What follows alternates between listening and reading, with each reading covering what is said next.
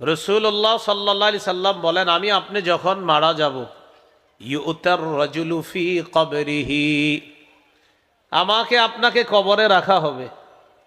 রাখার পর ইদা উতিয়া বিরাসিহি, ফেরেশতা আযাব নিয়ে আসবে মাথার কাছ, ফেরেশতা মাথার কাছ দিয়ে আযাব নিয়ে আসবে। ফাদাফাআতহু তিলাওয়াতুল কুরআন, মাথার কাছে আযাব আসলে কোরআন তেলাওয়াত বাধা দিবে আযাবকে, না না না, এখানে আসা যাবে না। মাথার কাছে আযাব আসলে কোরআন তেলাওয়াত ওই আযাবকে বাধা দিবে। ওয়া ইদা উতিয়া বিয়াদাইহি, মাথার কাছ দিয়ে আসতে না পাইরা এবার আসবে হাতের কাছ দিয়ে আযাব। দাফাআতহু সাদাকা, সদকা বাধা দিবে না, এখানে আসা যাবে না, এই হাত দিয়ে সে সদকা করছে। ওয়া ইদা উতিয়া বিরিজিলাইহি দাফাআহু মাশিয়ুহু ইলাস সালাহ আও ইলাল মসজিদ, এরপর আযাব আসবে পায়ের কাছ দিয়ে।